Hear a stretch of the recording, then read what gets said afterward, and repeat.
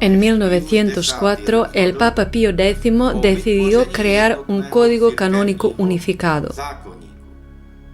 En 1917 se promulgó el código. El siguiente nuevo código se discutió en el Concilio Vaticano II entre 1962 y 1965 y se completó en 1983. Juan Pablo II y Benedicto XVI enmendaron cada uno el código solo una vez, mientras que Francisco lo hizo 11 veces, cambiando 137 cánones en el proceso. Aquí vemos que el código y los cánones son cambiables, a diferencia de las verdades divinas que son inmutables. Sin embargo, hay que saber que si los herejes abusan del código, utilizándolo contra los fundamentos de estas verdades divinas inmutables, o lo interpretan de manera contradictoria, el código se vuelve nulo y sin valor, como todos los documentos en manos de herejes y apóstatas. Hoy Bergoglio niega y anula las leyes y los mandamientos de Dios en los que se basa el código canónico. Por lo tanto, incluso en sus manos, el código canónico no es válido. El hereje manifiesto que ocupa el papado, Jorge Bergoglio, califica de crimen de cisma cuando algún sacerdote o obispo no menciona en la misa su nombre, es decir, el nombre de un hereje declarado. ¿Qué dice al respecto el Canon 15 del Concilio de Constantinopla de 861?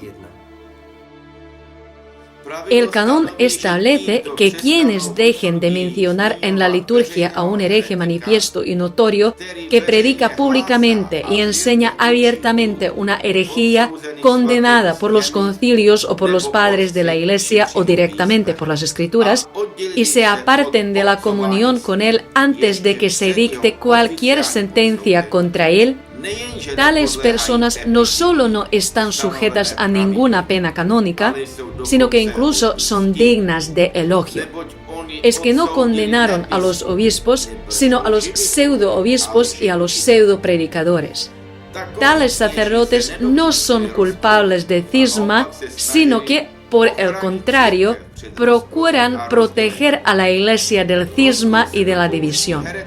El cisma lo comete un hereje, pseudo-obispo o pseudo-papa, que induce a la gente a la herejía mediante abuso de la autoridad eclesiástica.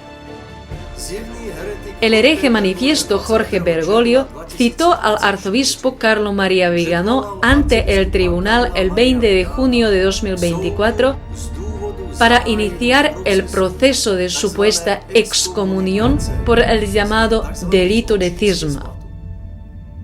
El arzobispo dejó en claro que no tenía ninguna intención de comparecer ante el tribunal.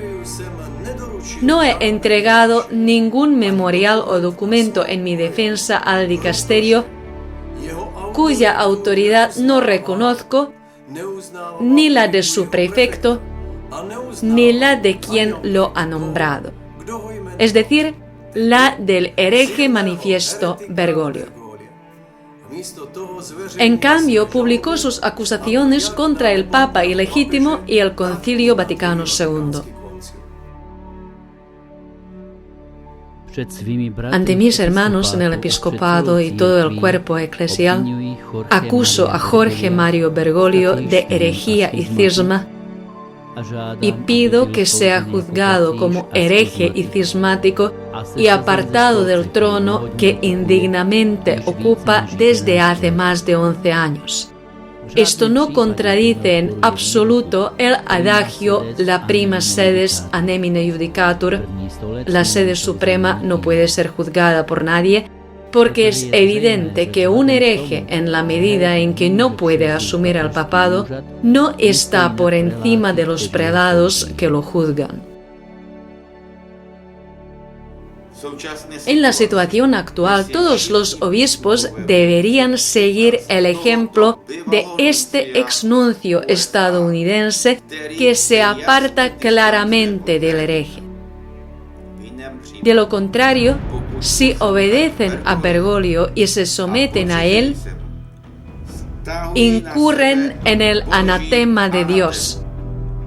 Es de conocimiento público que Bergoglio se ha entregado a Satanás en Canadá y ha promulgado la herética declaración Fiducia Supplicans, en la que legaliza uno de los pecados más graves, la sodomía, e incluso bendice este pecado. Con esta declaración, mediante abuso de autoridad, arrastra a toda la Iglesia al suicidio interno, porque bendecir el pecado más grave es una rebelión abierta contra las leyes y los mandamientos de Dios. Además, se elimina la esencia misma de nuestra salvación, la muerte expiatoria de Cristo por nuestros pecados y la condición necesaria de la salvación, que es el arrepentimiento. Así pues, Bergoglio ha transformado la Iglesia católica en la anti-iglesia de la nueva era, es decir, la sinagoga de Satanás. En esta situación extraordinaria, los obispos están obligados ante Dios a separarse a sí mismos y a sus diócesis del archihereje declarado que se ha excomulgado de la Iglesia y por tanto no es ni puede ser su cabeza. El temor a las penas canónicas, según el Código de Derecho Canónico, no tiene justificación en esta situación. Monseñor Vigano ha indicado claramente que no reconoce la autoridad del dicasterio, ni la de su prefecto, ni la de quien lo nombró. Ningún obispo o sacerdote puede estar en unión con un archihereje, y si lo están, incurren en el mismo castigo que el archihereje, a saber, el anatema de Dios o la maldición de Dios, según Gálatas capítulo 1, versículos 8 y 9. Es una exclusión no solo del organismo externo de la Iglesia, sino también del cuerpo místico de Cristo. En el momento de la muerte, tal obispo o sacerdote será condenado a menos que se separe a tiempo, es decir, a menos que se arrepienta. La farsa montada contra el arzobispo Vigano consiste en que es castigado por su fidelidad a Cristo y a las enseñanzas de la Iglesia. No reconoce como cabeza de la Iglesia al manifiesto hereje Bergoglio, que se ha excomulgado a sí mismo de la Iglesia. En resumidas cuentas, las sanciones canónicas en manos de Bergoglio y su secta son nulas y sin valor, y quienes las toman en cuenta se ven obligados a oponerse a Cristo y a su Evangelio y legalizar el pecado.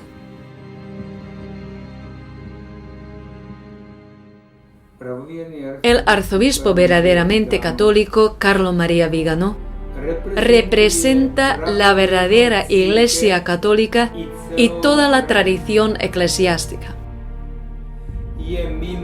Está fuera de la estructura apóstata de la Iglesia transformada por Bergoglio. En esta situación, por tanto, puede ordenar obispos y no está limitado por el código, que no tiene ningún efecto jurídico en manos del manifiesto hereje Bergoglio.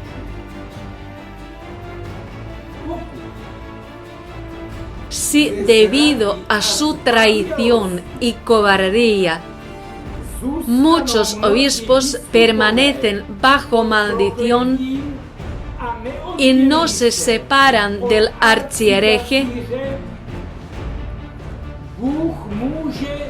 Dios puede establecer una nueva estructura episcopal verdaderamente católica en estas diócesis.